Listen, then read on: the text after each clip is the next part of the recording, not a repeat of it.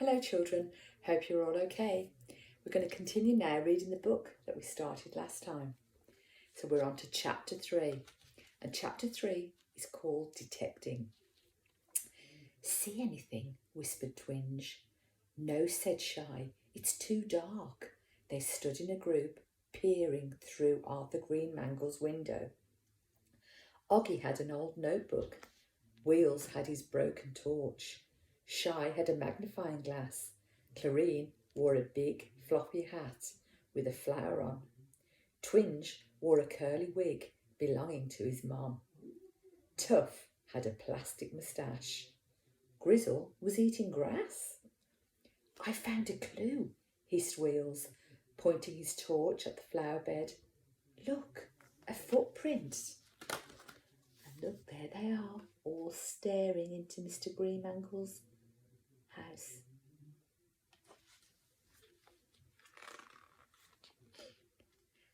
That's mine, actually, said Shy. Dare we go in and have a look? Asked Clarine.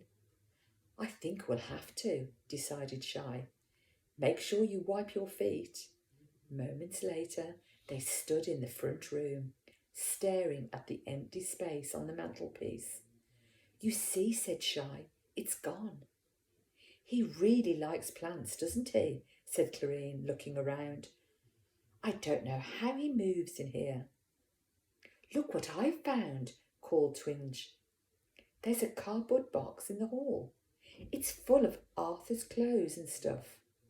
Hey, gasped Oggy, pointing at a large green vegetable which was propped next to the door. There you see.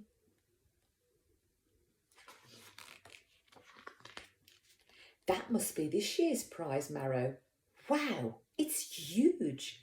Suddenly, to their horror, there came the sound of approaching footsteps. Hide, gasped Shy. Everybody dived behind the sofa, just in time. The front door creaked open. Someone entered the hall. There was a short pause, then the door closed again, and the footsteps hurried down the path. 7 heads poked up from behind the sofa. Now he's stolen the box, said Shy grimly. Come on. Why, what we going to do? Asked Tuff. Trail him, of course.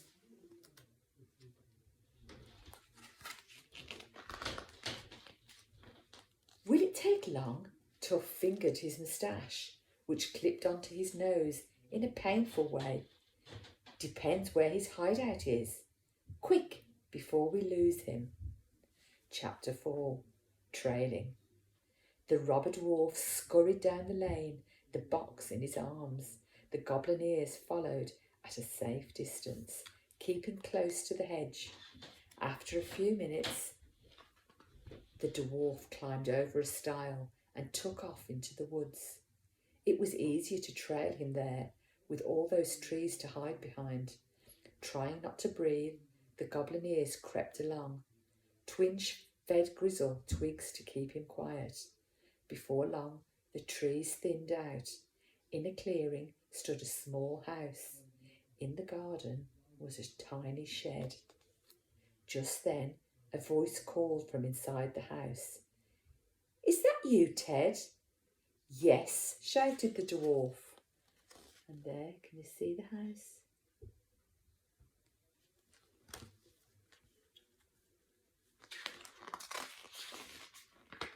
He set down the box by the shed and took a key from his pocket. Did you get the stuff? Yes, I'm sticking it in the shed. Well, hurry up. The fire's going nicely. The dwarf got the door open and placed the box inside. He locked the shed again and went into the house. Did you hear that? Whispered Shy, peering out from behind a tree. They've got a fire to melt down the cup. Where is the cup, I wonder? Said Oggy. Hidden in the shed, said Shy promptly. I saw the sack when he opened the door. Come on. Silently, they crept into the garden. The shed, though small, was solid. The goblineers tried pushing at the door, but it was hopeless. There was an open window. whispered Oggy, coming from round the back. But none of us is small enough to squeeze in. Grizzle is, said Twinge. Everyone looked down at Grizzle, who was sitting on the grass, eating daisies. Will he do it, though? Said Wheels doubtfully. We could try. Twinge knelt down next to his brother. Hey, Grizzle. Grizzle looked up, his mouth full of chewed petals. Gah! Listen, we're going to put you in the window. You've got to go and get the big sack and bring it to us, right? Gah, said Grizzle, then screamed as Twinge yanked him away from the daisies. Gah, gah, gah, gah, gah. All right, take them with you. Twinge tore up a clump of daisies and stuffed them in Grizzle's dirty hand. Everyone moved round to the back of the shed, out of sight of the house. Twinge hoisted Grizzle up to the window and stuffed him feet first. There came a thump. Good boy, hissed Twinge, peering through. Now get the sack.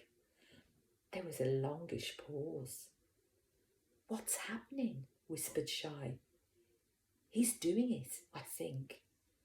No, he isn't. He's seen a pile of turnips. No, Grizzle, not turnips, the sack. He's getting it now. No, Grizzle, will you get that sack? Oh, bother. He found a bag of birdseed. That he loves. So he's going to eat the birdseed instead of getting the sack. Goodness me. Will he be long, do you think? Asked Tuff. Because this moustache disguise is hurting my nose a lot.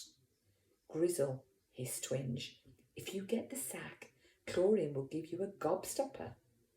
Chlorine will give you a gobstopper, even though you're not allowed. Gah, came a small voice from inside. Yes, I promise, just get the sack. Is he doing it now? Fretted Shy, hopping from foot to foot. I think so. Good. Grizzle, come to Twinge. Pass it up. Yes, I know it's heavy. From the house there came the sound of a banging door. I'm going back for the marrow, came the dwarf's voice.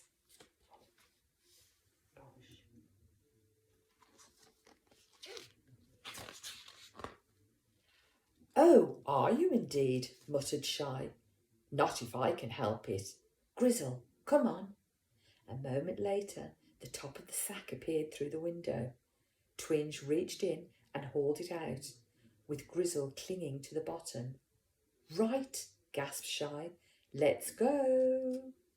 And again, children, we'll stop there for now, and then we'll read the last 2 chapters next time. Thanks for listening. See you soon. Bye.